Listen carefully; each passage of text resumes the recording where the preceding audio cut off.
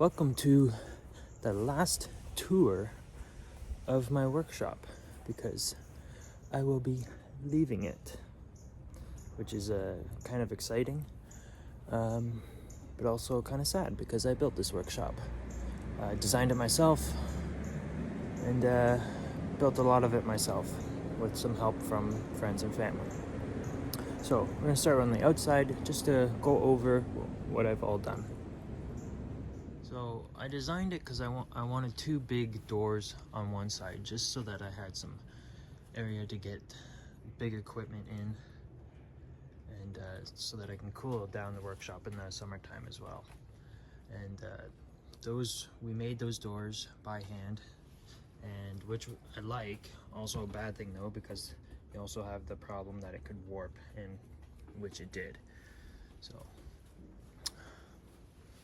now going on to the wood, I got this wood from a Mennonite sawmill, and it was freshly cut. It was actually still wet when I got it, and it sat under a tarp pretty much all winter before I finished using all of it. I worked on the board and batten through the whole winter, on and off. So by the time I was done, some of it was dry, but it wasn't all dry, and you can see that because did have a little bit of shrinking in the battens, so you see that in the stain now, because this was not there. Got that all up there. Some are don't have it, and then some have it really bad, so a lot of shrinking in some places. Had this door built by hand as well. This one kind of twisted here. All the doors were built by hand. Did some customization to the chimney. Had to add some angle iron so that this chimney can stick out over the overhang, because it was designed to go straight up right out of the wall on a building that doesn't have an overhang. So I had to make some modifications. And just going over here for a second, this is where I started. There's my dad's little shed here. Had a little workbench in this little shop. All right, let's tour the inside of the workshop. All right, coming in the side door here, right into my grinding room. Got my grinding machine built by a very nice gentleman. He builds grinders in his spare time. Got my swivel jaw vise right here. Came with a stand. Love this thing. I still need to do a complete restoration on it. Got all the attachments for my belt grinder right there.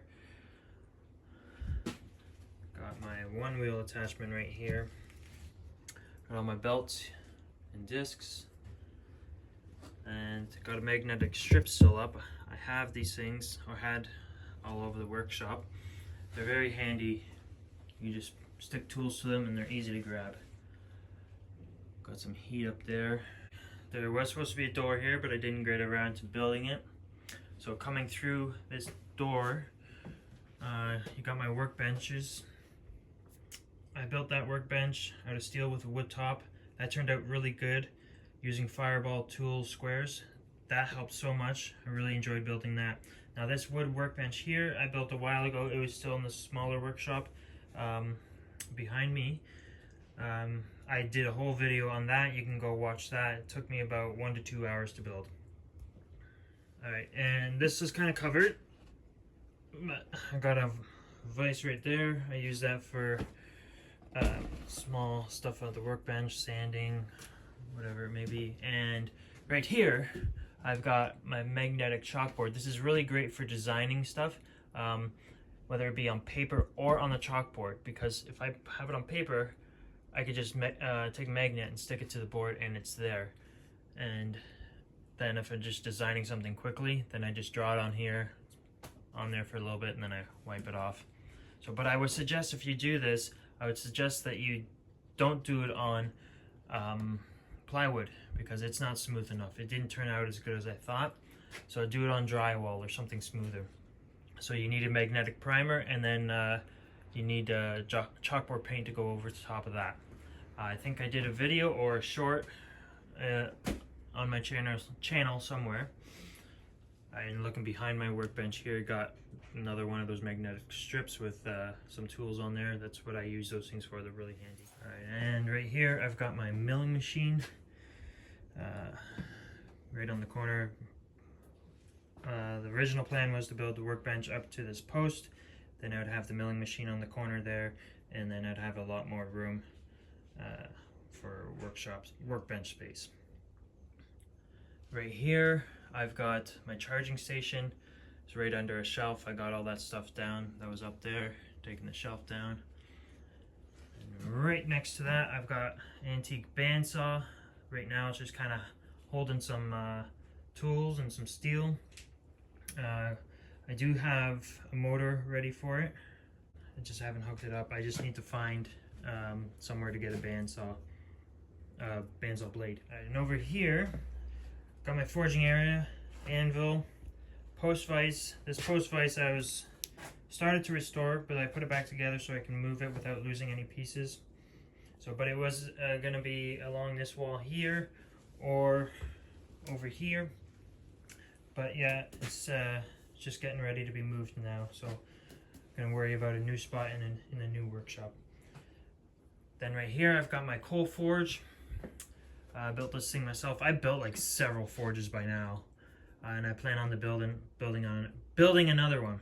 So, and then on the sides here, this sheet here and this sheet here, concrete board, so they're fireproof and don't have to worry about the wood catching fire there. And I had a shelf here as well, took that down.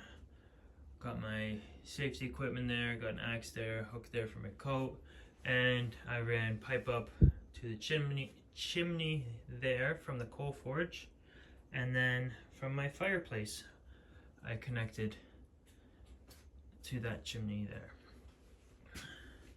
Got a hand cranked blower for my forge. Along with this antique hand crank blower, I have an antique blower where you can use a motor for it. It's somewhere under the table there in the back corner, but I can't see it. I'll be using that for my next forge. So moving on over here, got this bandsaw here. Very handy, I like this thing. This stand I built for it was for my propane forge, but I realized I can't have a propane forge in this workshop because it took up way too much room, because I had to have it in the center of the workshop and it was hard to space things out around the forge.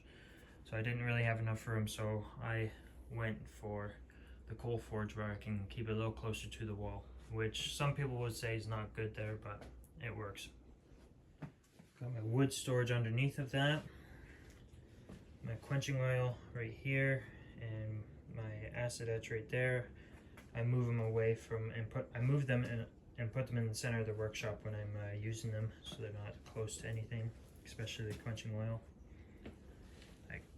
Coming over here, I've got my oxy settling right there.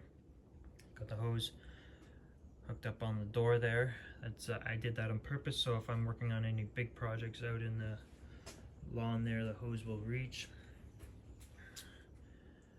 And then right on the side here, I made this little storage thing here out of scrap steel that I had. I have a video where I made that, so go check that out. Didn't get very many views on it, so I don't know if you want to add some views to it, that'd be cool. So this was just all cut tube, and then I just welded 3 pieces and forged the ends of the flat bar. And yeah, I think it's a really cool storage idea. So another magnetic strip holding my clamps for welding, striker, and in here I've got steel storage, welding storage, screws, and all miscellaneous stuff in here. Stuff that was just kind of sitting around. I got this bolt bin for that. And down here on the ground I got my swage block.